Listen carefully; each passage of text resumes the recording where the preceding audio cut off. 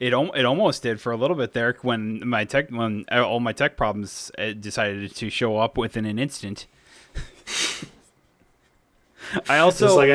It also took me, because I basically had to set up the whole computer and everything. Old hard drive took shit. Mm-hmm. Everything on that hard drive was gone. It's fine. Most of everything on that I don't really care about. It's all just downloads or whatever. Everything I have that I actually cared about, I have saved to the cloud. So, not that I lost really anything of real importance, but that means I lost all of like my links to everything and stuff like that. So I had to refine my RSS feed, which is a lot harder than you think for this. That's fucking blows. Hey, I did it though. I did it. I found it. It's all good. You see, I have nothing saved to the cloud. What I do is I have a collection of these external SSDs where all of my important files are on here. I learned my lesson the last time the first like big laptop, like expensive one that I had a bunch of stuff, mainly animation stuff on there, and when that hard drive gave out, I lost everything. Ooh. I was so pissed off when that happened. Yeah, I bet. So now I don't trust anything that's actually in my computer. That's fair. Which sounds kind of paranoid, but I'm not. You're paranoid, and you can shut up. I'm doing fine. No, I mean, like, I've thought about it for a while, just getting, like, a big external hard drive and saving, like, have that as the backup for any, like, at least, files. Like, the important stuff, yeah. Yeah, just, like, files or whatever. I think the thing about it is that most everything I can either, like, re-download or I do most of my shit I do is just writing, so I was like, I use Google Docs for that anyway, so it's, like, just saved onto my Google Drive. Yeah. So, and honestly, all it is just whatever writings by me or whatever. I got the first session done for the little mini campaign I want to do with you guys. So, I have two characters written. One is a character that is like completely serious, to be taken seriously. And one is kind of like a funny joke character. Which one would you rather me do? I mean, you do either one, honestly. Okay. So if I go the jokey route, would you be upset at all? I would not be upset at all. Okay. I wrote a really fun backstory for him. Perfect. And I'm very excited to share it with you. All right. Send it to me. I'll take a look at it. Okay. His name is Captain Galactic President Blaze McDino Smasher Jones. We're going to have to find a way to shorten that down a little bit. Jones? Dr. Jones? Is that what your name is going to be? Is just Dr. Jones? Dr. McDino Smasher. Perfect. Anyway, hello and welcome to another episode of It Never Ends. I am Andrew. Over there is my good buddy Alex. How you doing? I'm doing pretty good. Getting ready for Christmas. Getting ready for Christmas. I kind of explained why we were on hiatus just a little bit ago, along with the Thanksgiving holiday and everything like that. So yeah, and whatnot. But yeah, it's like get back into it. And what happened during all that time is the fucking Game Award nominees came out during that time, and I haven't had a chance to talk about it. The show is literally next week, and we have not gotten a chance to talk about the nominees at all. But right before we do that, I wanted to talk about how I was telling you about this. Apparently, Bethesda has been replying to people in the Steam reviews for Starfield, saying that it's not a boring game, and it's like this whole letter that is clearly like somebody thought out and basically said, hey, let's just use this as the reply to anyone that says this game is boring, just to show them what. If they think the game is boring, they think the game is boring. You're not going to change your perspective by saying, "Well, actually, no, it's not." It's like, no, that never works. All it's gonna do, Bethesda, is just people are gonna go, "What a fucking loser applying like this. Fucking suck my dick, Bethesda." It's like, look, are people probably overly critical about Starfield? Yeah. Is it necessarily? I think all just going like, "Oh, the game fucking sucks." No, I think there's people that actually have legit criticisms of the game. Yeah, but it's like, it's like you said, nothing you responding say responding to criticism does nothing. Nothing that you say is going to change their mind on the game, and it just makes it's a really bad look all around, and it's just not something you should ever do. Yeah, nothing you say, Bethesda, will make them change their minds. Nothing will. Sorry to say, but it's true. I also want to talk about just a quick little thing on the apparently the quick interview by Todd Howard shortly after this all happened, and he talked about how I was like, when the first astronauts went up onto the moon, they didn't think it was boring, and I go, how does that apply to anything when it comes to Starfield and gaming in general? It's like, it just doesn't. I think it doesn't. It's what you said before we started. It was that, like, if you and me went up to the moon, we would be in amazement, just like of straight complete factor. Awe.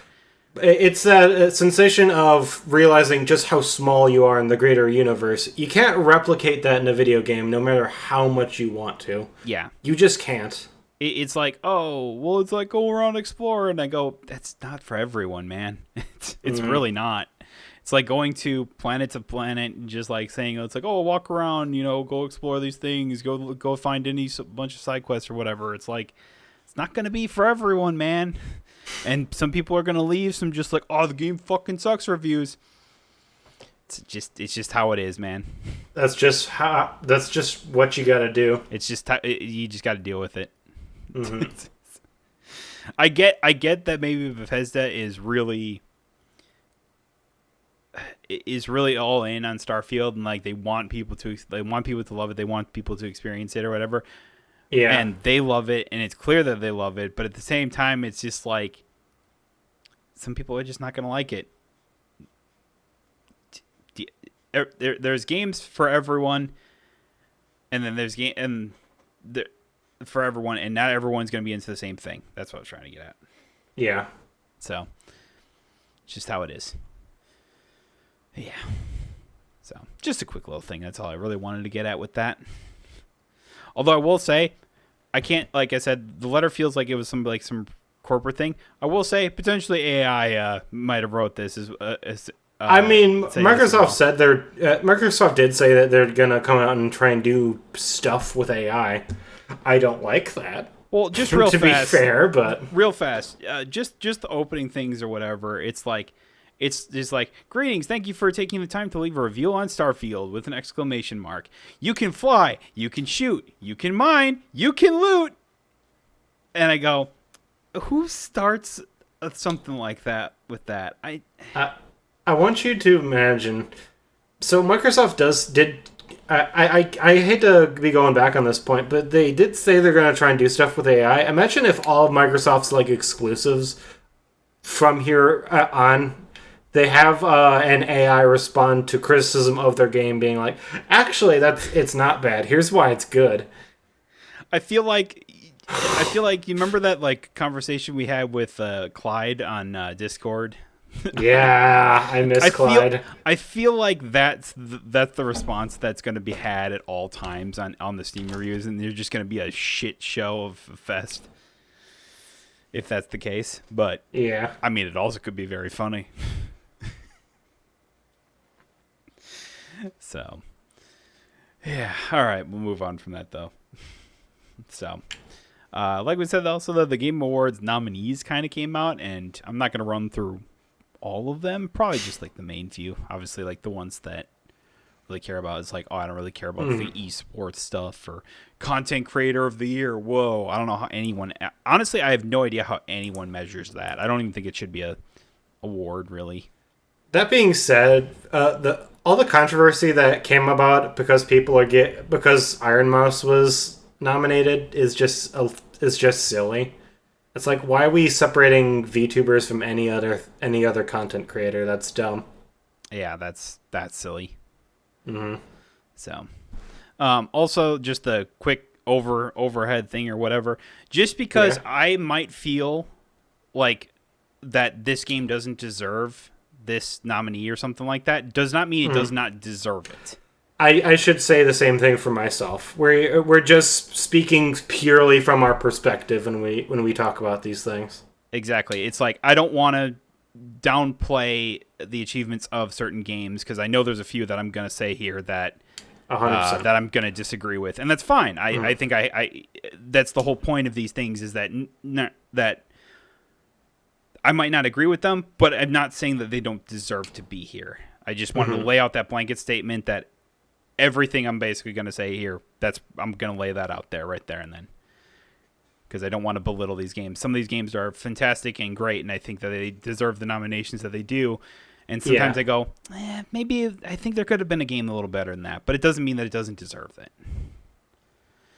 So, obviously, I think I'll do the classic thing where you save Game of the Year for last. Yeah, we don't need to go through all of them again. No. It's just like, but like, I'm just like looking through all the categories or whatever, and it's like. Like, what would we realistically have to say about, like, best fighting game of the year? Yeah, I'll probably end up skipping that one or whatever. So I guess I'll start with, like, best game direction, just right off the bat, because, like, I always have a problem with this category, and it's specifically for one word that they have in the description of it. It's awarded for the most outstanding creative vision and innovative in game design direction and design. Yeah. And I want to point out that the word innovation, because innovation is creating something new and going on and expanding further upon that, not continuing to go on to what is already there. Yeah. So because I don't want to be that guy, but at least 2 to 3 of these games that are on here should not be on here. Yeah, so it's just like the Game Award or the nominees for these are like Alan Wake 2, Baldur's Gate 3, Marvel Spider-Man 2, Super Mario Bros. Wonder, and Legend of Zelda: Tears of the Kingdom. Can I honestly say that Tears of the Kingdom is innovative? I mean, I guess it was cool to put like more of a sandboxy feel to a Zelda game. I mean, I suppose that's like that and like the building stuff kind of thing. You could argue. I'm just not so sure about that one. Yeah, I think as like, and the same thing with like Marvel Spider-Man 2. Great game. Do I think it's innovative? I mean, it's the game that we had from the first one in Miles Morales. Out of all the games that shouldn't be on here, that one definitely shouldn't be on there. Not saying it's a bad game. No. It's just more Spider-Man, which is good, just not innovative, really. Yeah, it's just that I go back to the description of each of the awards, and I look at the word innovation. It's not quite innovative, if you ask me. It's like you said, great game, absolutely fantastic game, but can I say it's innovative? I'm like, I mean, not really. It's like maybe the new powers, but it's basically just the same game. Yeah, it's so weird to think about because you have games like Alan Wake 2 and Baldur's Gate 3 here that are so wildly different from basically anything else that's on the market, and you put it up against a bunch of games that basically have come out already. It just feels weird. It feels weird. And like you said, I have an issue with this category every single year because it almost never makes any sense, the games that they pick. Yeah, it all comes down to, for me, it's just like, it's like if we're truly talking about innovative games, and I think this is partially me not really knowing what like all came out this year at this moment, because it's just like, but I was like, I guarantee you there's a bunch of indie games that were probably way more innovative than any of these games and just breaking the mold and doing stuff differently from other games that I can think of. And it's just like,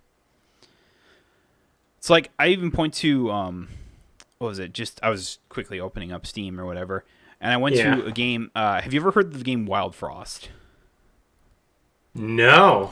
What is that? Wild Frost is kind of like this like card game slash like. Oh, I love the art direction. Oh, I love it. It's so pretty. It's like a roguelike. That's what I was trying to say here.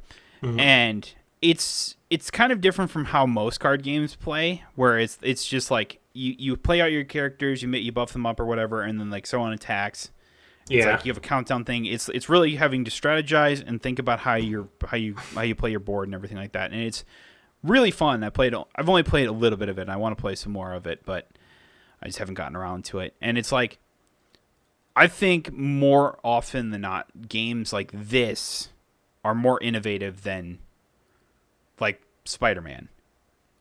So I mean, that's absolutely the case. Because it's like I've never seen a game like this or played a game like this before, and I think it's very interesting.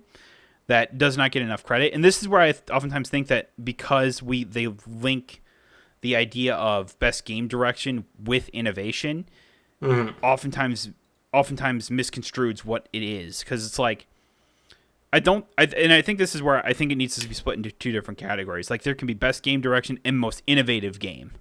I think that would be an amazing idea. I think if that's the direction they took going forward, I think that'd be great, because honestly, I could probably agree with most of these games. Like when it talk about just specifically for direction of their games or whatever, I think I can agree with most of them. I still think I would. No, actually, I think I would probably agree with all of them. Honestly, it's like it's like, because like Mario Brothers Wonder was kind of a new take on like the 2D Marios in a way, where it's like you can play.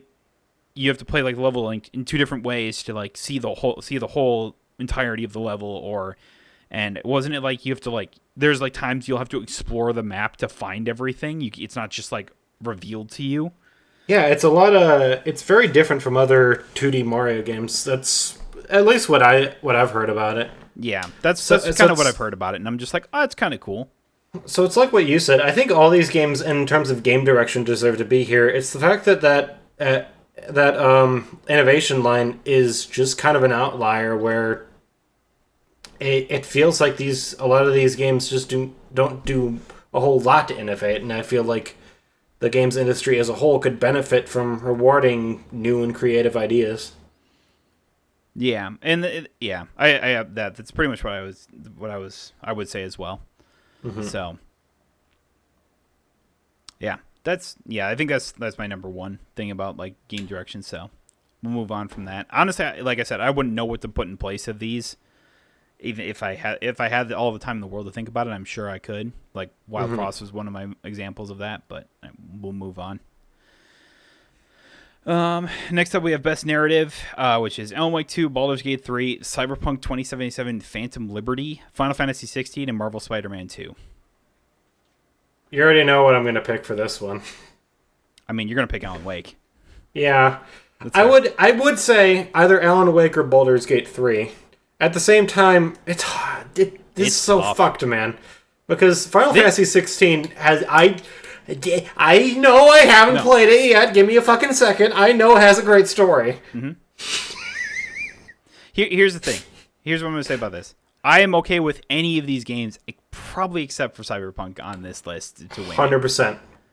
I am A-okay with every one of these. Like, honestly, it's like the story of Marvel Spider-Man 2 was very good. Have yet to play Alan Wake 2. I hear it's very good. Have yet to play Baldur's Gate 3. I hear it's very good, though. And it's like, I've played Final Fantasy 16. Definitely my game of the year for this year. For not even close. So it's just like, but like, I just look at it and I was like, I haven't heard anything about Phantom Liberty, and it's like, it's one little DLC that I don't know can measure up to these four, like, I don't know, I almost want to say Titans. I mean, they are. Like, each one of these are great, massive stories in and of themselves, and for one DLC to basically then say, oh yeah, here's what makes this better than all the other ones, and I go, there's no fucking way. Can I make kind of a bold statement? It's gonna sound kind of crazy, especially since I haven't finished it yet. Yeah. Alan Wake 2, if it didn't break the top 5, it's easily in my top 10 games ever created. Shit. It was a absolutely fantastic experience. I thought it was just going to be more Alan Wake, like more based off like what they did in the first game. They really went out of their way and made something completely outside of anything that I've ever played before. And Remedy is always so good at that. Yeah.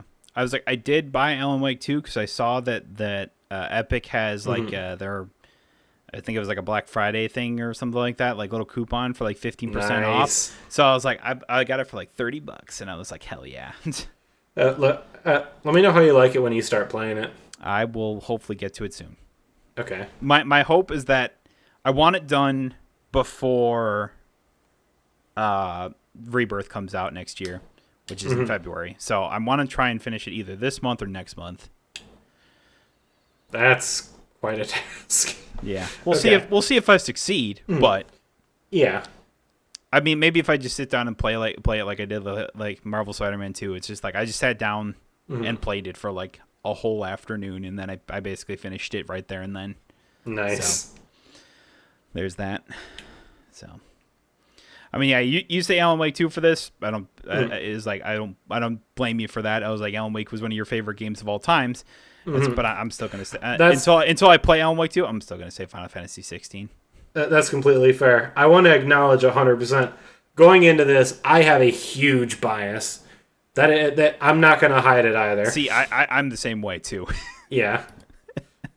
And I love Spider-Man 2. Like there was so much of that story that has so much to love about it. It's like the early parts, like the early part of the story was kind of iffy. Like the whole like Kraven stuff was kind of not bad. It just wasn't gripping to that point. And then it's just like then Harry showed up with the Venom symbiote, and then things got interesting, especially when Peter got the Venom suit. And then like obviously then he got the suit off or whatever and went back to Harry, and then we had the whole fucking Venom mission. Oh my god. Yeah. But by far one of my favorite missions in the game or whatever was to do that whole little part where you're actually playing as Venom, just fucking ripping through people. Is great. And then the boss fight against Kraven. Ooh, so good. Yeah. So good. So good. Honestly, trying to look at this objectively in my brain, I don't know what wins. Honestly. It's like, I think probably Baldur's Gate 3, but I also think that's maybe because of the fandom for it. But at the same time, I go, I don't know, people really love Marvel Spider-Man 2, and I've heard really, really good things about Alan Wake 2. So it'll be a difficult one. Yeah, it's definitely going to be a hard one. The problem is these games all deserve that title. Yeah. And I think there are so many great games that came out this year. Narrowing it down to just one that beats out the rest is almost impossible. Yeah, it's hard. I wouldn't want to be the one that has to do that, honestly. No. Jeff Keighley must just be fucking sweating right now. Yeah. For the fucking Twitter meltdown that's going to happen after the show's over. Oh god, yeah. I can already hear the PlayStation Spider-Man fanboys. I can't believe Spider-Man didn't win this thing. Why did they give it to Baldur's Gate? Oh, jeez, I know, right? So, yeah, I was like, I think anything but Cyberpunk, maybe. Yeah. Honestly, I'm okay with any of these winning. So, moving on. I ain't even gonna pick it. Best art direction, we have Alan Wake 2, Hi-Fi Rush, Lies of P, Super Mario Bros. Wonder, and Tears of a Kingdom as well. Oh boy, I wonder what I'm going to pick for this category. Actually, I would say either like Lies of P and Hi-Fi Rush are really good in this. Would be really good picks for these. The art direction for Lies of P was exceptional. I was like, from the screenshots I've seen from Lies of P, it looked very interesting. That's all I have to go off of, though. And then the little bit I think I watched Brendan play at one time when we were just like waiting for D&D to start or something. Yeah. So, honestly, like, I want to give it to Hi-Fi Rush just because of the quirky, like almost It comic looks book so style. good. Yeah. So it's just like it's just so interesting. Mm-hmm. Definitely not a lot of games that come out that look like Hi-Fi Rush. That's for sure. No, like I almost kind of look at it like it's like the last game that I think that kind of had this like almost like comic book style, like art style was probably like the latest Borderlands or whatever, like Tiny Tina's Wonderlands or something like that. That's getting a sequel, and I'm very happy that it is. God, I just hope they don't fuck it up this time. So real fast, since you brought it up, I was like, part of the reason that, if not the entirety of the reason that Tiny Tina's Wonderlands did not live long was because Gearbox completely fucked the entirety of the DLCs. I'm not even going to sugarcoat that. They completely fucked it up. They put out these DLCs, and all it was that kill a boss one week, and then come back next week. You kill that same boss again to unlock the new legendaries or whatever. That was it. And I go, really? That sounds boring as hell. It was boring, and it wasn't interesting at all. So I sat there going, just like, you could have done like. I mean, we said it when Tiny Tina's Wonderland was, I think was announced, was that it would be really cool if they had like their own like make your own campaign, like a level builder of some sort, like a forge mode for that would have been an awesome inclusion. Or if they did anything to like really like lean into the RPG-esque like, style that was that game. Imagine if you had things where you could like cast magic missile or like, the Borderlands equivalent of stuff like that. That'd be fucking awesome. Yeah, I was like, well, they like their grenades were basically like replaced with like spells from the game. So it's like, I mean, they could have done more with that though. Yeah, they absolutely could have done more with that. So I hope they do more for more. More for the game. More for the game in the upcoming sequel. I have a fucking problem today. Hey, we haven't done this in like 3 weeks. We're a little rusty. So, but yeah, it's just like, and I look back on it and I go, there was a Redux mod put out for it like a while ago.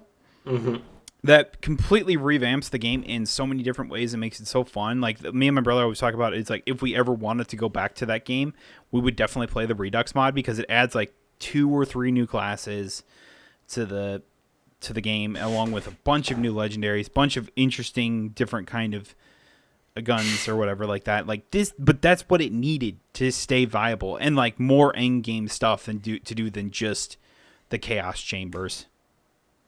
So, because that was pretty much all you did or whatever, and it was just like it got boring. It got boring real fast. So, yes, sir. So we'll move on from there. We got best score in music. We got Alan Wake. Hi-Fi Rush. Hi-Fi Rush. If I can contend this point, so can you. It's fair. It's like Alan Wake, Baldur's Gate 3, Final Fantasy 16, Hi-Fi Rush, and Legends of Zelda: Tears of the Kingdom. I haven't heard the Hi-Fi Rush soundtrack at all. I should listen to it. Yeah, but it's Hi-Fi Rush. If you don't know, is basically a lot like it's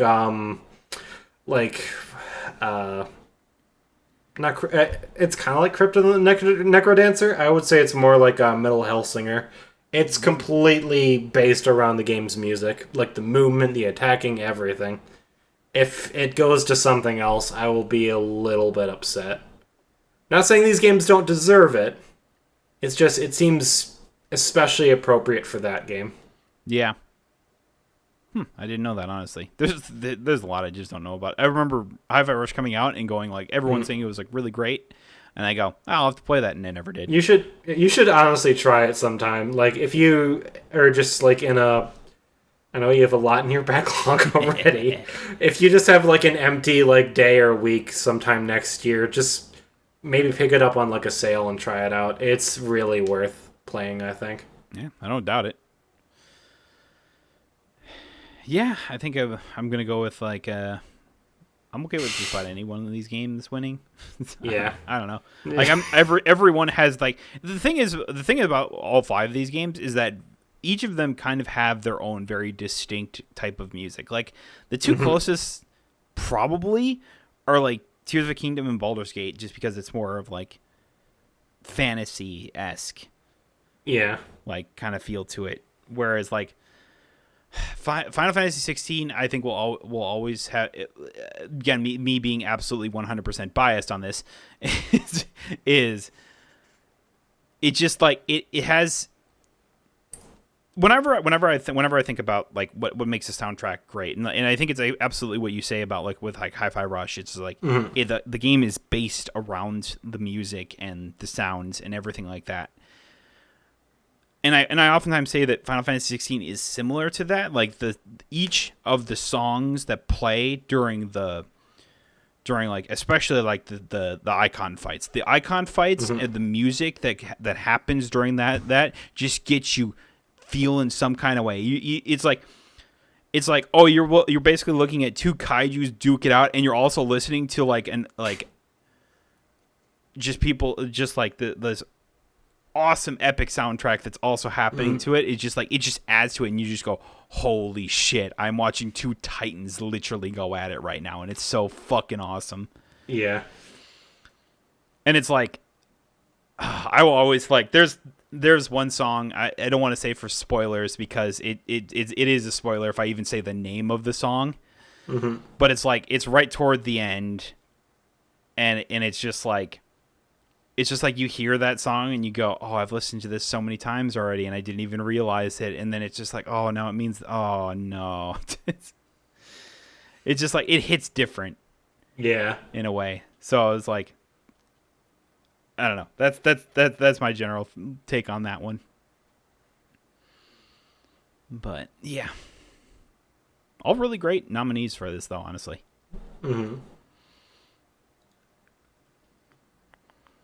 Best audio? Wait, didn't they talk about? Isn't that the best? Okay, it's best score in music, and not just like best audio design. Okay, best audio design. This is like sound effects and shit. Yeah. This is like sound effects in game design or whatever. Which is Alan Wake 2, Dead Space, which I honestly kind of forgot it came out this year, the Dead Space remake, and then was Alan Wake 2 the most like nominated game on here? It's the only one that's been nominated for almost everything. I'm pretty sure it has been nominated for everything to this point.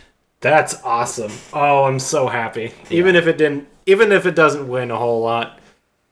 Yeah, the fact is like it was nominated for all these is kind of cool though. Yeah. So yeah, you got Marvel Spider-Man and Resident Evil 4 remake. I also like how they didn't put remake, it's just Resident Evil 4.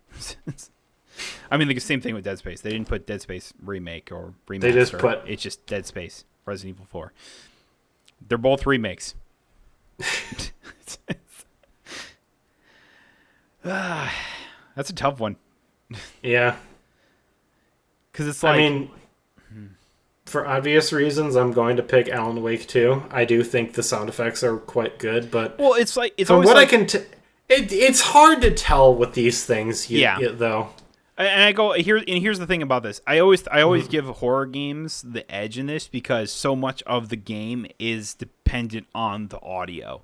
It's like there are always like 2 types of games. Like sports games are always one of them because it's like the part of what makes a sporting event or playing in a sport like interesting or feel like you're actually in that is the sound. It's like the squeaking of the shoes on a basketball court. Iconic thing, like it's what you always hear whenever you're going to a basketball game, or the sounds of like football guys like clashing together or something like that. So it's like it's similar to that.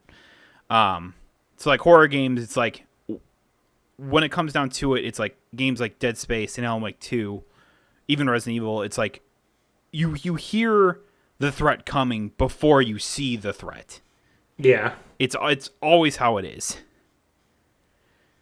Very, very rarely does the monster come in and just goes, sneaky, I'm sneaky, quiet. It's like, no, he's going to come in going, blah. I mean, it's like I said, with one of the most impactful parts of Silent Hill 2 is just entering a new room and off in like the dark distance where you can't even see, just hearing...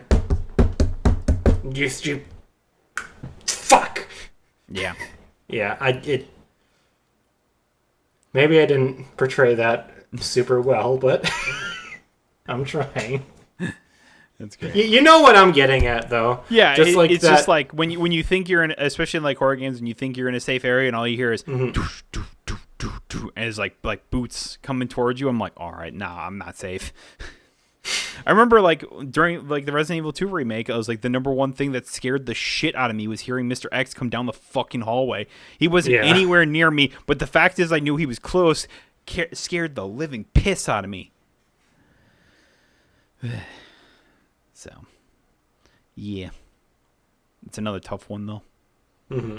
And I think partly partially comes down to I haven't played a majority of these. I think the one that we haven't really talked about is Spider-Man, but I go like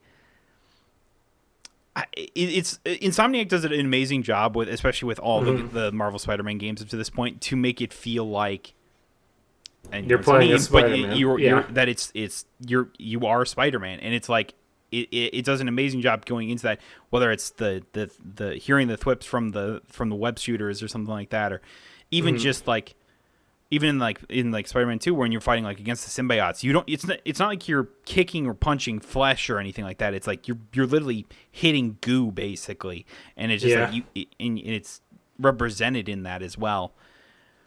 And that's just honestly like a few things or whatever. It's like the Spidey sense as well. It's just like everything about it's great when it comes to the sound. So I don't know. It's a toughie. I'll probably give the edge to Alan Wake 2, but I could definitely see like Hi-Fi Rush maybe winning it over it. Yeah. So, yeah. Or maybe Resident Evil 4 will just win it because, that's reasons. Why the hell not? Yeah.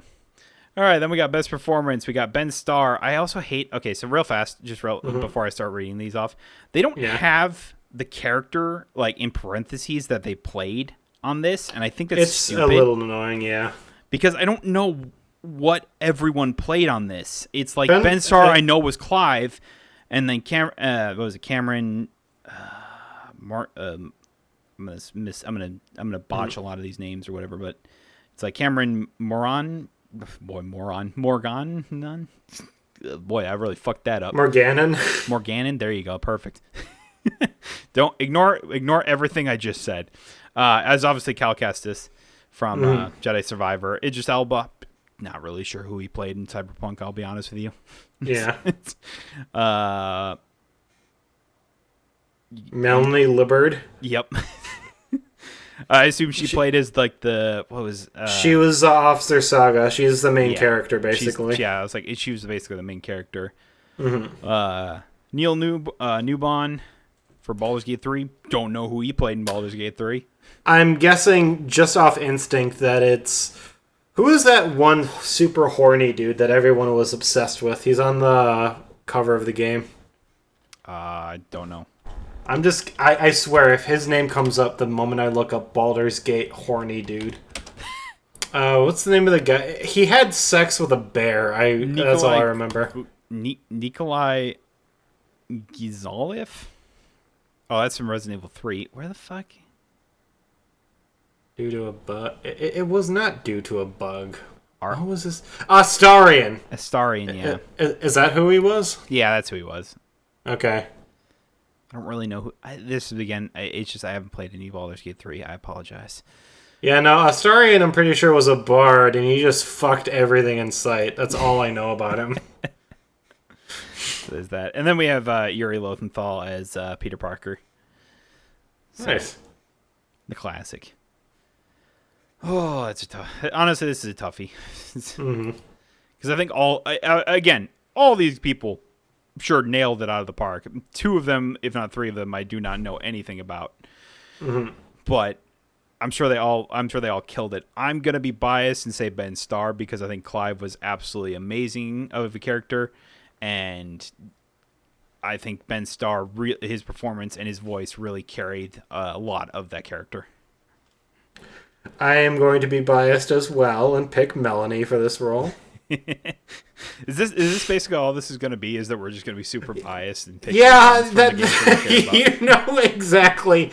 Yeah, I feel like we both knew how this was gonna go. I Going know. in. I still try to be objective, but I Yeah. sincerely think though that Ben Starr was probably the best out of all of these. But that's also me not hearing all of the performances, so I don't have a accurate read on this Yeah. by any stretch of the imagination.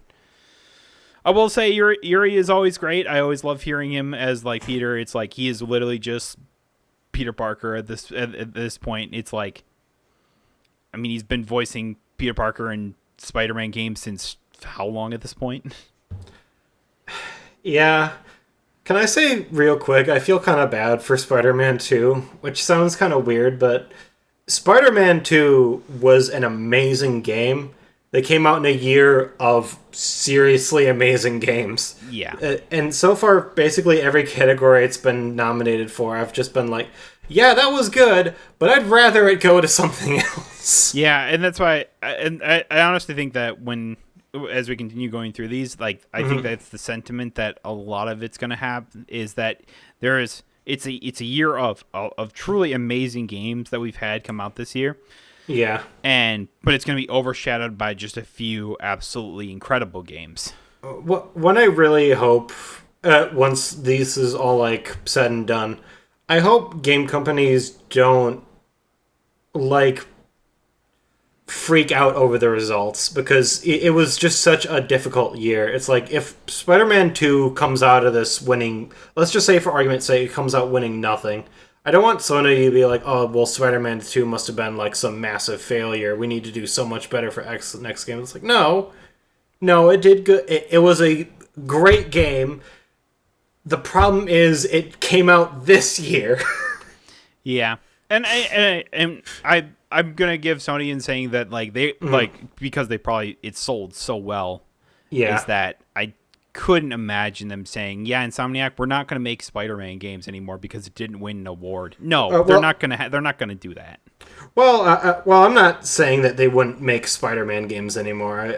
I just hope they don't do like another round of layoffs or anything. That's fair. We've seen so many this year for absolutely no reason. We don't need another one. Yeah, we have. I'm gonna skip the accessibility one. I don't know a lot what's going on with any of these games, so it really doesn't affect us, so it's hard to comment. Exactly. That's why it's like we're not the right people to evaluate that. So I'm just gonna skip it. I don't have really an opinion on this, but I always like going over this one because they're always very interesting games that most of them I've never heard about, which is the games for Impact. So A Space for the Unbound, Chance of Senzar. I think that's how it is. Goodbye Sonar. Volcano High. There's no Z in there. Yeah, you go with that. Goodbye Volcano High. Yep. Chia, and then Terra Nil and Vemba. I've played 3 of these and seen gameplay for 4 of them. Nice. I have no idea what Space for the Unbound is. Nice. Venba is great, though. It's basically a cooking mama. I was like, looking at that picture, I could get that. Yeah. So, nice. Then you got Best Ongoing Game, which is Apex Legends Cyberpunk, which I'll argue is not an ongoing game. That was just one DLC that was put out. You cannot call it an ongoing game. Just saying. Final Fantasy XIV, Fortnite, and Genshin Impact. Big surprise. So I agree that Cyberpunk shouldn't be here at all. Can I make kind of it may be a hot take, but I think it's absolutely true. Oh, go for it. Never in any of the years that we've been doing this have I seen it on the best ongoing games list.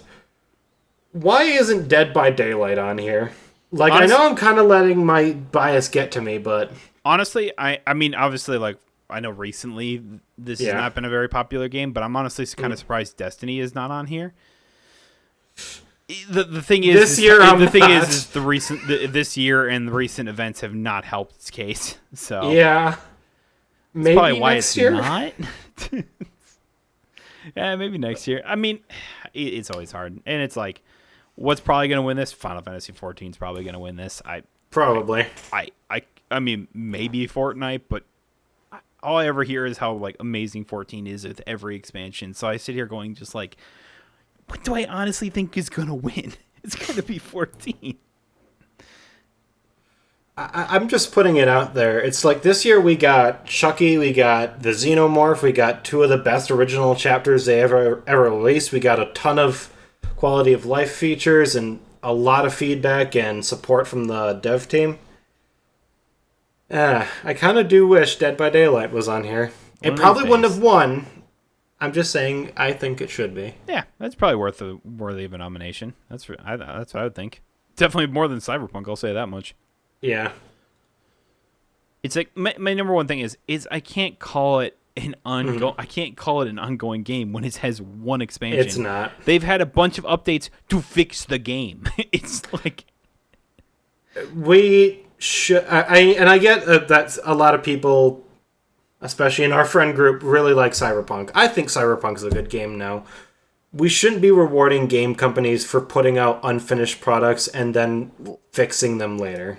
We just shouldn't. It's just like, yeah, I agree. So Cyberpunk being in any of these seems almost a little inappropriate for me. I don't know. That's just me. It's mainly to me is that I think it's like, at some point I just feel like the Game Award just has a hard on for Cyberpunk.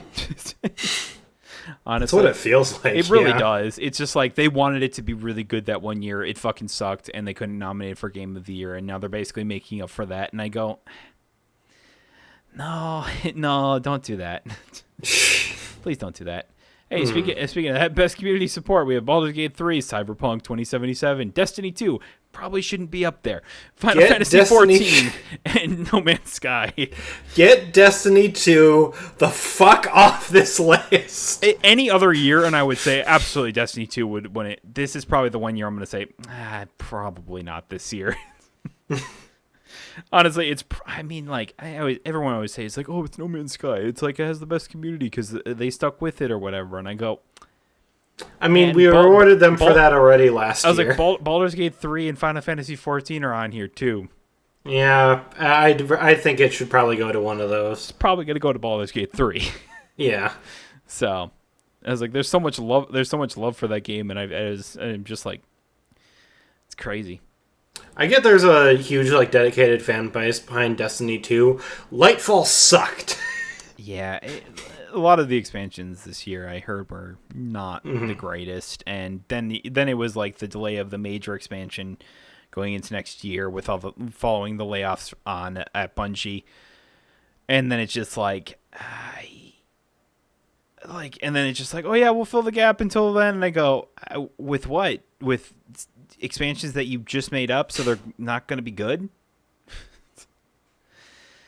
Man, it's been a rough year for Destiny players, and I don't even play Destiny. Yeah. So, moving on. Best independent game, best indie game. We got Cocoon, Dave the Diver, Dredge, Sea of Stars, and Viewfinder. Do you have an opinion on any of these?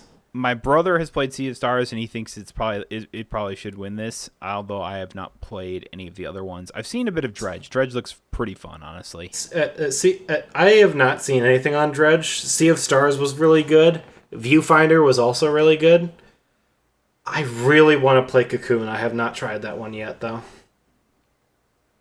I think we can all collectively agree that Dave the Diver should not be here, though. Yeah. I don't know anything about that game, so... The big controversy is that the developer is owned by... So it's published by a large publisher. I think it might be Embracer or something like that. And they just hired them to make indie games. It's not an indie company. It's not... It's not... They're saying that they shouldn't be considered indie because it's backed by a bigger company.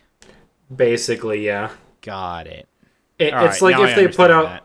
It's like if Microsoft put out another Ori and the Blind Forest game. It's like, would you really want to put that in the independent games category? It's published, yeah. Since it's owned and published by Microsoft, one of the largest media conglomerates on the planet. Yeah, pretty much. So I'm gonna push my luck and go see A Stars. I think it looked like a super interesting game when I first saw it, and I wanted to play it, and I still kind of do, but it's just like I don't have the time to. But my brother played it, and he said it was really, really fun. So I'll tip my hat to that. Then we have best debut indie game. Mm-hmm. So we got Cocoon, Dredge, Pizza Tower. Gotta love that Pizza Tower. Venba and Viewfinder. They all deserve this one. Honestly, yeah, I think they're all pretty great. Just from because you said Viewfinder was really good. Oh, Venba, Viewfinder was so good. It's like I've seen Pizza Tower. Pizza Tower looks like a very very funny and fun type of game. Yeah. Dredge is an interesting one. Yeah, this is honestly all of them are really great. And I'll leave it at that. I'm going to skip best mobile game because I don't give a fuck. Mm-hmm. Best VR AR. Oh, I can't wait for Resident Evil Village to win that so everyone can make memes of Lady Dimitrescu. Can you sit on my face, please? Step on me, mommy. I mean, that's honestly what's going to win. It will. I'd say I'd say maybe Crawl of the Mountain, but no, it's going to go to Resident Evil. But what about Gran Turismo 7? No, it will not. Next category. Next. Best action game. We have Armored Core 6, which I have never heard anything from. Mm-hmm. So there's that. Dead Island 2, Ghost Runner 2, Hi-Fi Rush, and Remnant 2. These are good nominees. Holy shit. Remnant 2, I probably won't, but I've been thinking about playing Remnant 2. Is that like Remnant from the Ashes, right? Yeah. I think it is, yeah. Mm-hmm. Okay. It's basically like Dark Souls mixed with Destiny, and it's a third-person shooter. Yeah, I remember that game now. Ghost Runner 2 is fucking Ghost Runner 2, man. Yeah. And then there's Armored Core 6, which... Do you like big mechs? Good. Yeah. I'm a big man. I like big mechs. Exactly. I'll be honest with you, though. Mm-hmm. I'm a little upset Final Fantasy 16 is not here. Oh, yeah. I can agree to that. I'm a little upset about that because it literally says the best gameplay evokes in the action genre focus primarily on combat. The combat system for Final Fantasy 16 is the best part of the game. It's like if it's not the story, it's the combat, the fluidity in which it runs and it's another one of those games that's easy to pick up and you can beat the game fairly easy, but to do more of the upper combos or whatever takes practice and experimentation, and it's a lot of that, and I think that can't be understated. And it's just it's one of those things where it's I don't know what you take out for any of these. I wish there was almost just could be a 6-1. I can only imagine that Final Fantasy 16 was probably going to be that 6-1 if there was one. Yeah. At least I would hope it was. But the only real defense I could see is maybe they consider it to be more of an RPG than an action game. Even then, I still think it deserves to be here. And I go and I see you're going. I see that. I mean, it's an action RPG, so it's how. It's hard. Yeah, it's just I look at it going just I look at it and I go the combat was was one of the best parts. Even just when you're just walking around going from point to point to your next objective, every combat felt different and unique, and each of the enemies took a different way of fighting it to be able to win. It wasn't just that you could do the same thing over and over. At certain times when you fought bosses, you had to strategize, you had to think about certain things, and each of the powers was so different and unique from one another. It's I just feel it's always that I feel is that people didn't experimentate enough with the game. I feel everyone just said this is the best build, this is what's going to get you the most damage, and they just went with that. And when you do that, it's boring. I didn't like Odin's power, and Odin is by far the best of the most interesting and probably the most and the strongest of all the icons. I didn't like it. I thought it was so I didn't play with it very much. I was I moved on and I played with Titan, which is one of the weirder ones. So there's that. I had fun with the experimentation. It was fun. So, Nice. I don't think that I think that didn't get through for a lot of people, unfortunately. Yeah. So It sucks in this day and age where people are like, no, I want the best build. I want the best powers to get me to the end of the game. It's like, what are you even doing? You have all these options and you're going to just ignore all of them. yeah, it's like experiment around, man. I found out one of like it was like a Titan block or whatever. It's like if you blocked with it, it would like you just had like 1,000 different punches or whatever, and it was like that was like honestly surprisingly very strong. I was thinking it would be like, oh, kind of something fun to do or whatever, because the block is not something you do very often in the game. It's like more than likely you're just gonna dodge it, because parrying is iffy at best. It's probably like the weakest part of the combat was the parrying, because it didn't really make sense. Because the idea is that you have to attack at the same time as the opponent. Even if you tried to time that and caught it and tried to get it consistently, you were not going to get it. It was very much, hey, I got a parry. Good job. So there's that. That's my thing about the action game. Honestly, I just wish there could be a 6th game added to this. Yeah. I don't want to take any of these out. I would rather just add a 6th game. I do want to say props to Dead Island 2. That's a game that I don't think anyone thought was going to be good. Dead Island 2 is one of those games that everyone kind of forgot about the instant it came out. Yeah. So, yeah, good for them. And then we got Best Action Adventure, which is Alan Wake 2, Marvel Spider-Man 2, Resident Evil 4, Jedi Survivor, and Tears of a Kingdom. Yeah, that's not an overly broad idea at all. Best action adventure game. Bro, where's the fucking Final Fantasy 16? We literally just called it an action adventure game. Honestly, take out Resident Evil 4, Get put that Final shit out of Fantasy there. 16 in there. Honestly, I agree with that. I'm upset that a fucking game remake is in here, but Final Fantasy 16 is not. It's just like, oh yeah, I'll never get over that. I'm just gonna be repeating myself in the end if I talk of why it should be there. It's like, Yeah, it's great. we could go on and on and on about that. Yeah, it's great. Honestly, yeah, I agree with you. Like, not that the RE4 remake is bad. It's just that it's a remake of the best Resident Evil game. Did we think it was going to be bad? Did people honestly think it was going to be bad? No. Yeah, It's Resident Evil 4. Everyone knew before the game came out that it was going to be great. Yeah. Yeah, so it's like either that or it's like I hesitate to take out Tears of the Kingdom, but I can't really call it an adventure when it's basically just an open sandbox. Yeah. Yeah, I can see that. And it's like, it's not really, and like the action is like very clunky. So that's why I don't want it to call it action adventure in a way, because there's not much of an adventure, and like the action itself is not like top tier. So I hesitate to take that one out, though. I definitely would agree with get 4 out of there. So yeah, I'll definitely agree with Alan Wake 2, though, probably.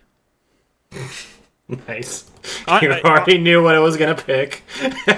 Exactly. It's just like, it's like, again, we're reiterating the point. It's just like, but Marvel Spider-Man 2 is in there, and I go, but Alan Wake's there, and I think Alan Wake probably had better puzzles than it did than Spider-Man or whatever. That's a tough one, though. So best RPG. Funny enough, though, it's in here though. Final Fantasy 16's in here with Baldur's Gate 3, Lies of P, Sea of Stars, and Starfield. Hey, Starfield got nominated for something. Yeah, let's go. It's not going to win. No. Baldur's Gate 3 is going to sweep this. There is absolutely no chance it goes to anything else. I want to root for 16, but I'm not going to lie to myself. It's going to be Baldur's Gate 3. I do too. There's just no way. I'm just being completely honest here. Its whole here. thing is that it's an RPG. Yeah. You can't. It's literally, by definition, everything that this is. I can't vote against it, unfortunately. So, yep. Best fighting game we already talked about. I don't care. I don't know enough about it. Oh, best family game. I wonder what's gonna win that. Not Pikmin 4 probably, but definitely Super Mario Brothers Wonder. Sonic Superstars has a chance. Sure does. Same thing with Party Animals. Like, cool, you're there, but like, we all know what's gonna win. Yeah. Best sim strategy game. Really? Advance Wars is in there? That's weird. I'll be honest with you, I didn't expect that. So it's gonna either go to Fire Emblem or City Skylines, and it's gonna be City Skylines next game. It better be Fire Emblem. Like that. Fire Emblem isn't one of those game franchises that's like so well known, but like is so not recognized by so many people. So why can't it just be here? Yeah. I honestly kind of forgot that came out this year. Yeah. Dude, best sports and racing game. It better go to Forza Motorsport. No, it better go to Hot Wheels Unleashed 2 Turbocharged. No, absolutely not. I want it to go to the new Forza. The fact that that's there, though, is kind of really funny to me. Yeah. I mean, the Hot Wheel games are usually pretty good, but... Yeah, was the Crew Motorfest any good? I probably don't know. What the fuck? I'm sorry. I just moved on to the best multiplayer. This is the craziest list I've ever seen in my entire life of best multiplayer. What the fuck? Baldur's Gate 3, Diablo 4, Party Animals, Street Fighter 6, and Super Mario Brothers Wonder. What the fuck is this list? It's so vastly different each game. So I understand that COD 3 wasn't received super well. I'm a little shocked that it's not here, though. Dude, Party Animals beat it out. Is that weird? No, I don't think it's that weird. What the fuck? It's just I always have to remind myself the best multiplayer includes co-op and massively multiplayer online experiences. So it's just fuck like, that. Give it to Street Fighter.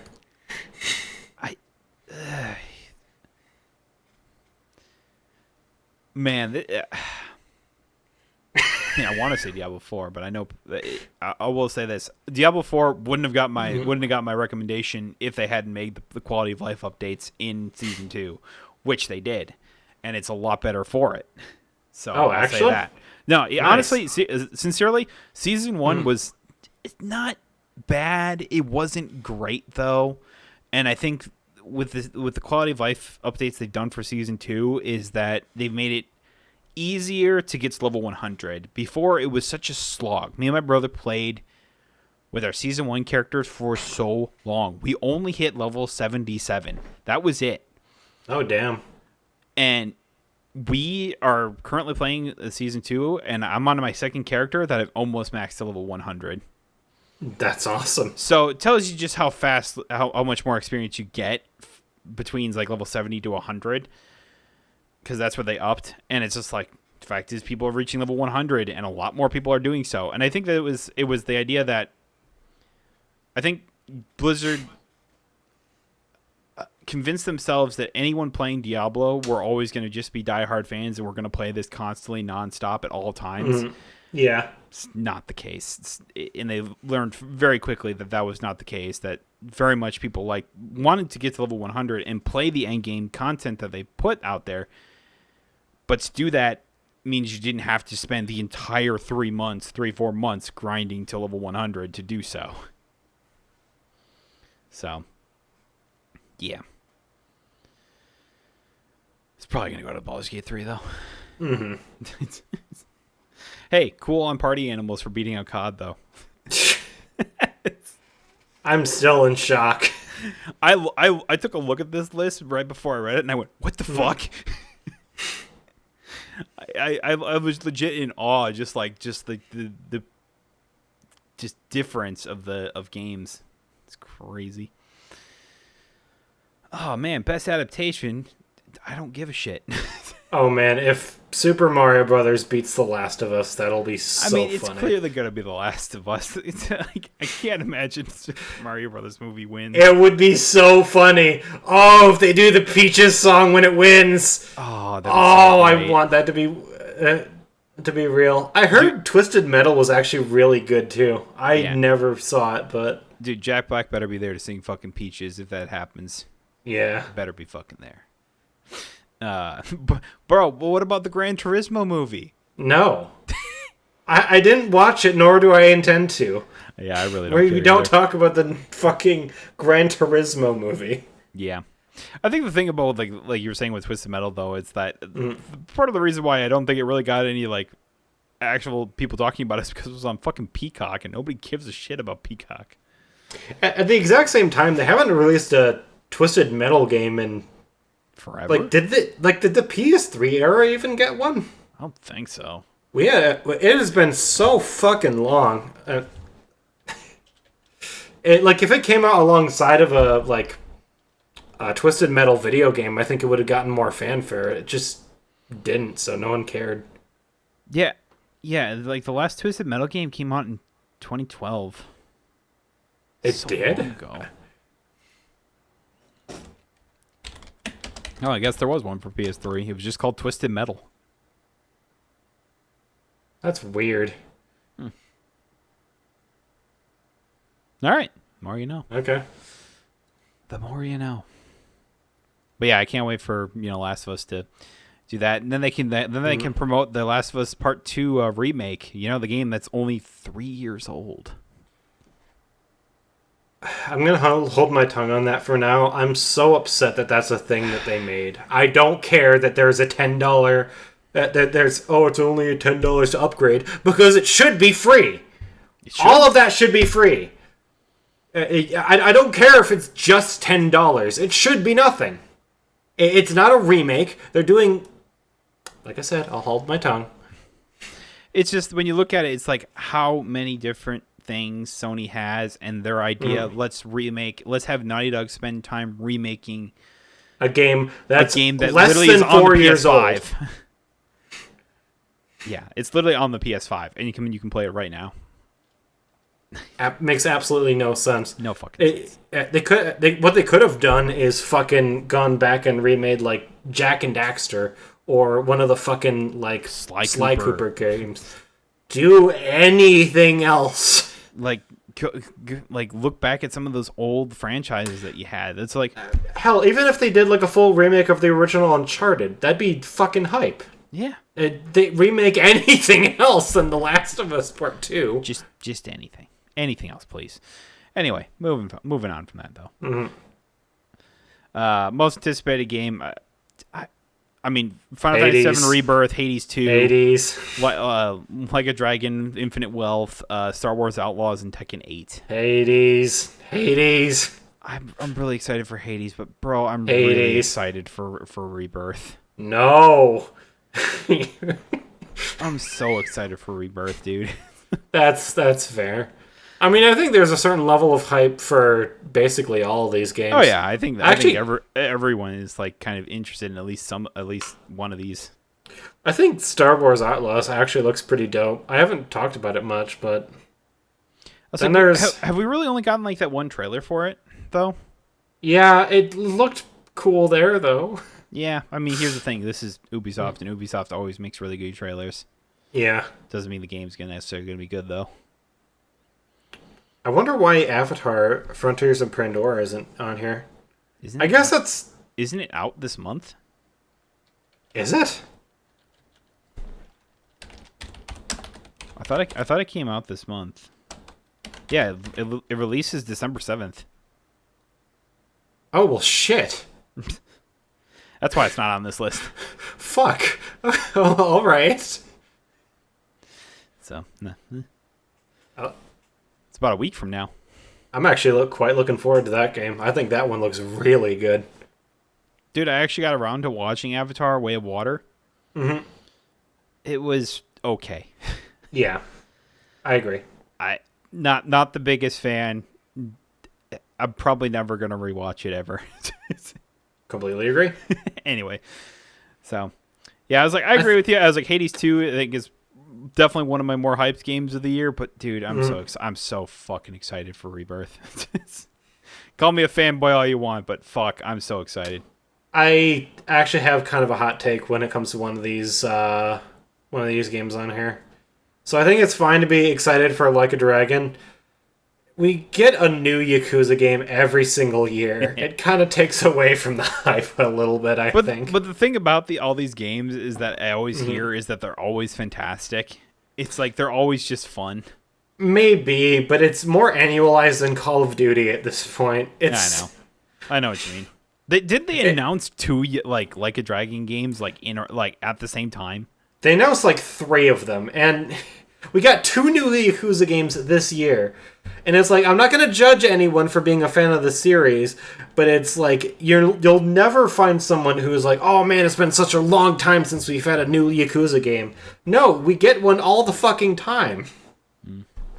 That's fair. I agree with that. And they can do that because they're all good. Exactly. They are all good. Then we get to the ones I don't care about, so.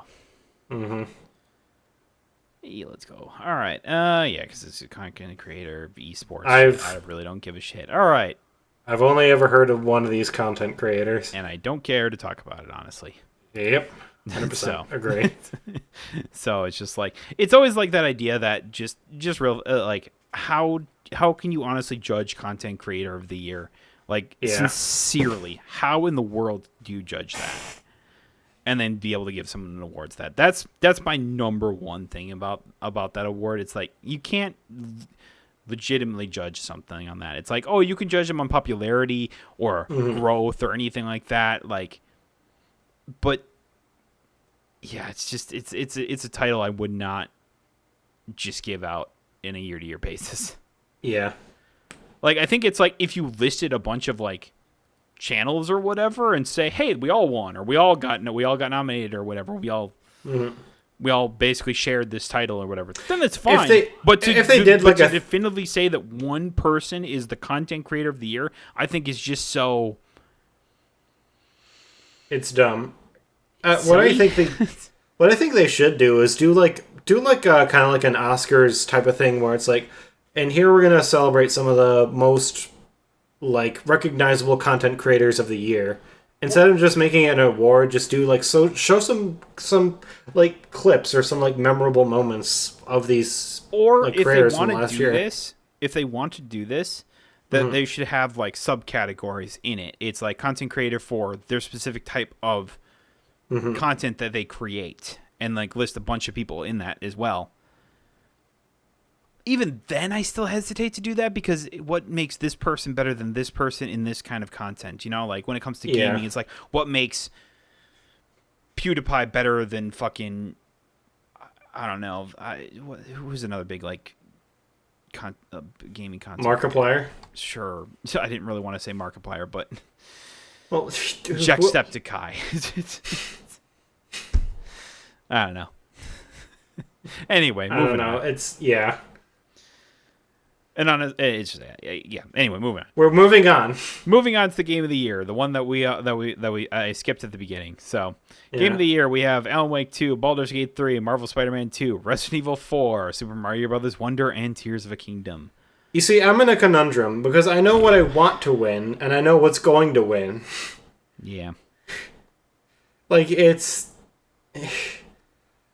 like if Baldur's Gate 3 didn't fucking come out this year, then yeah, I'd say Alan Wake 2 has a chance.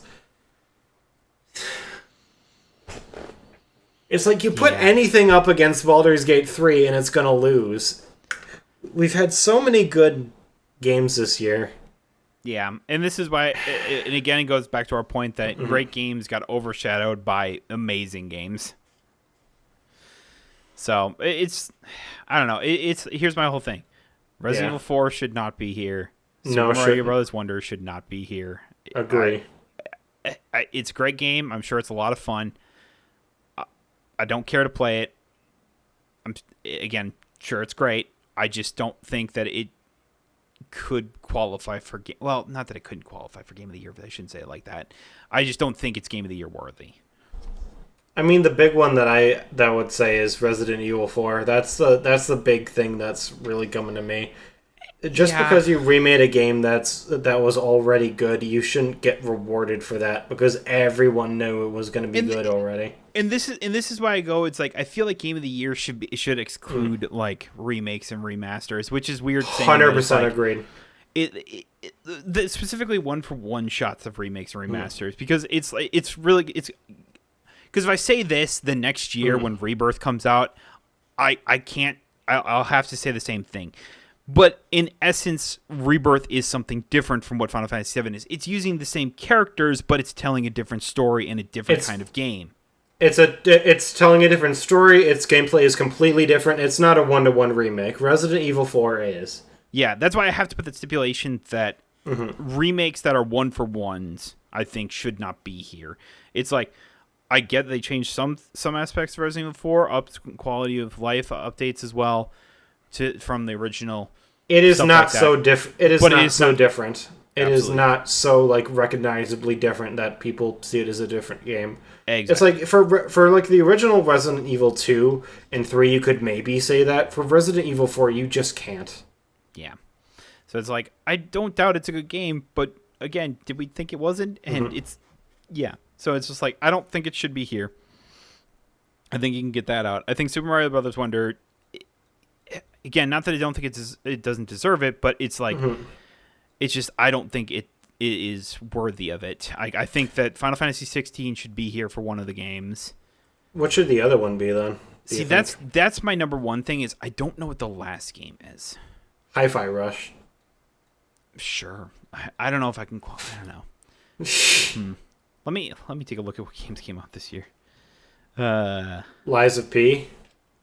I'm just going back through the categories now. Hi-Fi Rush was really good. I wouldn't mind that game being there. Yeah, I was like, I don't know, maybe. I mean, I would be more upset if they put Phantom Liberty there, honestly. Yeah, I mean, well, that's not really a new game. That's the thing. I mean, neither is Resident Evil 4. Yeah, I mean, not wrong. Pizza Tower. Sure, I'll put a Pizza Tower there. Pizza Tower's great. Yeah, it's just like, that's the thing is, like, I don't know what I place in front of the other one. Like, I want 16 to be there, but I just don't know what else to put there. Oh, we'll put One Piece Odyssey there. Sure. No, it shouldn't go there. No, it shouldn't go there. I was just making a joke. I thought One Piece Odyssey was fine. It was not super good, really. It's fun. Yeah.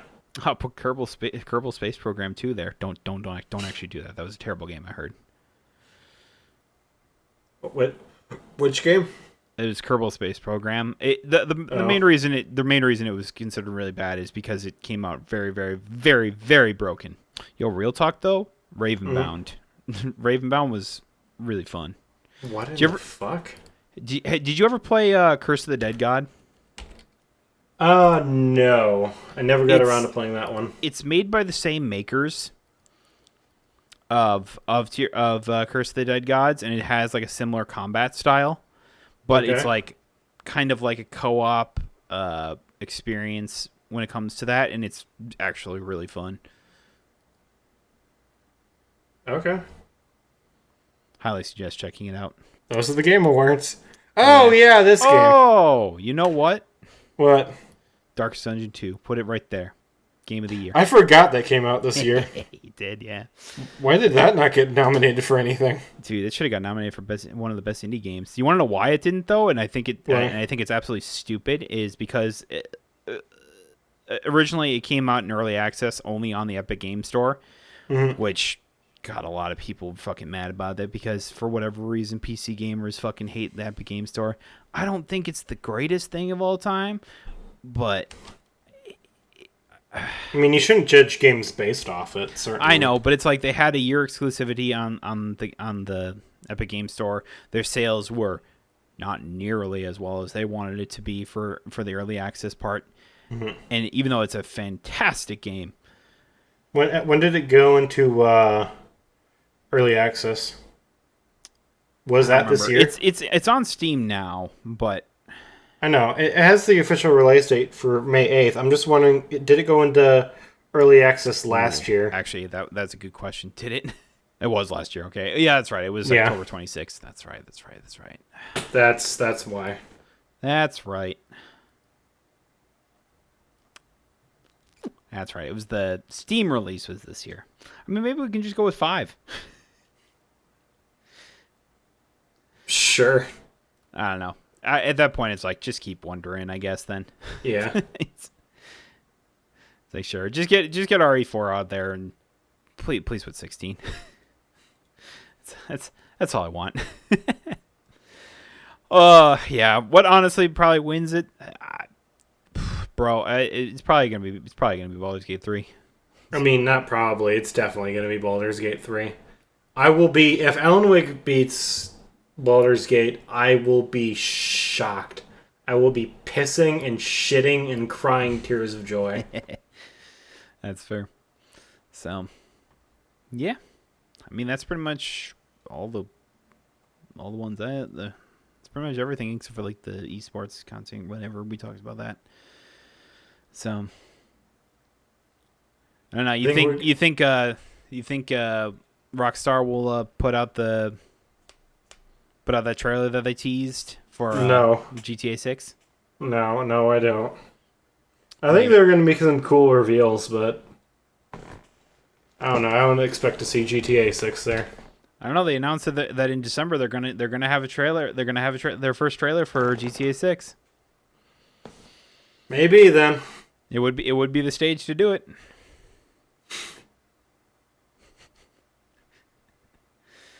Yeah, it'll be interesting. I think what was it? The actual show is on the 7th. I want to say. Sounds right. Yeah.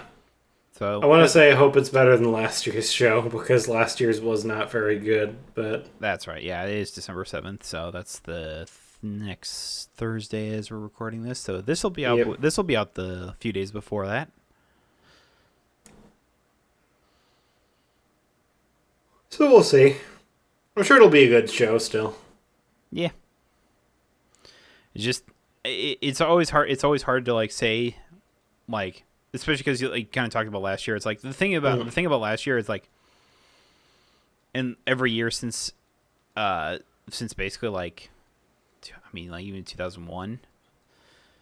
But it was just like that. It feels like every show is kind of a slog because of like the sponsored segments and the like sponsorships and whatever deals they have with them to. That's what they got to do though. I get it. Yeah, but it's like that's the part that makes it feel like a slog. And it's like if there was a way to either shorten that up or whatever. It's always like the thing is like this is gonna be like 3.5 hours or something like that, and I go, Jesus Christ, it's so long. But it's just like, it's from between all the game reveals and sponsor segments and the awards themselves, it's gonna be a bit. So yeah, should be fun. It should be a fun time though. Yeah. What do you think the odds that we're going to get a Kingdom Hearts trailer during that time? 0. I would be like I just said I'd be shocked, but no, Kingdom Hearts is not going to be there. Absolutely not. Me and my brother are really hoping for it though. It's like we got the trailer, we got that little like teaser trailer for it on like the 25th anniversary. I get we haven't that. heard anything since, and I go, oh, I just want more. I would put money on the fact that it wouldn't be there, though. Yeah, and you'd probably win that bet. Like GTA 5, maybe. I don't see Kingdom. GTA 6. They're going to re-release GTA 5 for the Xbox Series X, even though it's already on there. Man, if they announce like a GTA 5 remaster or a DLC, people are going to go fucking berserk. Like that will be. That will not be good if they do that. No. It would... A message to Rockstar, if you're really doing that, leave it as a community post on, like, at Twitter or X or some shit. Do not do that. You will make people only upset and only upset. No one will be excited for that. Absolutely no one. So, yeah, I think that's good from where we're at, though. Yeah. God damn, we're an hour and a half. What the fuck? They announced Halo Infinite 2 at the Game Awards. The Halo Beyond the Infinite. To Infinity and Beyond. There you go. Perfect. The Disney collab. I mean, if they announced the second season to the Halo show and they're like, "Oh yeah, we're gonna go back and make the show not garbage," that'd be great. Oh man. Real fast, since you brought up that, something I didn't talk about. Did you see that Nintendo's making a Legend of Zelda live action movie? Yeah, and Machine Gun Kelly wants to be Link. Okay. It's not who I was expecting you to say, but hey, all right. I mean, they didn't cast him as Link, thank God. But yeah, I know, but it's just like, man, that's a weird choice. Yeah. I think the best way for this to go about would be to be like a Lord of the Rings-esque trilogy. I think that's... I don't know if it'll be any good otherwise. I mean, we always said after the Mario movie, it was just like, it'd be really cool if they made like a Smash Brothers universe, like stuff like that. But then, but the fact is, this one's gonna be live action, so it's like, what the fuck? Like, I don't see the Smash Brothers thing happening, but I think this could be good. I'm not sure if it will be, but it could be. Look, the person they cast as Mario better get his down. The person they cast as Mario? You mean Mario? Link? Yes, you said Mario. Fuck. Well, egg on my face. And I think that's where I call it a day. Yeah, I just really hope they don't actually end up picking Machine Gun Kelly. No, they'll get Chris Pratt. The fact that they made Chris Pratt Garfield is... I don't like Mondays. He doesn't even do that! He just does this Chris Pratt voice. He doesn't sound like Garfield. I don't even like Mondays.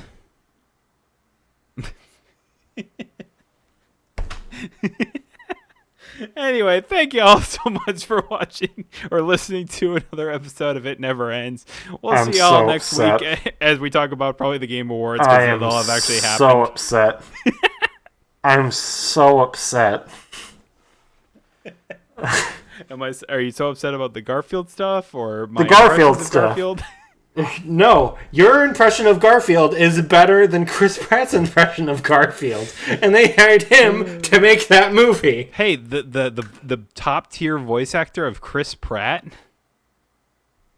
Okay, he did okay as Mario. He will not as Garfield. Dude, if you could have seen your face right there, it's just the level of shock and disgust on your face.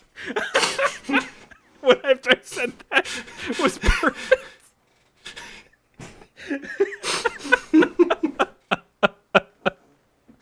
I won't get over that. That was perfect. Oh shit. Anyway, we'll see y'all next week as we talk Game Awards and whatnot. Holy fuck, that was funny. Anyway, bye-bye.